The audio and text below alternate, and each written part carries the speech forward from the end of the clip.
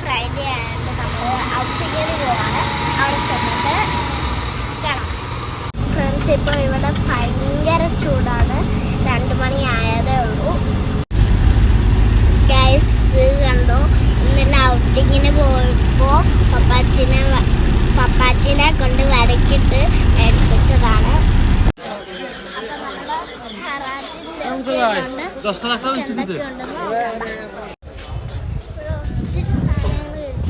ചെരുപ്പ്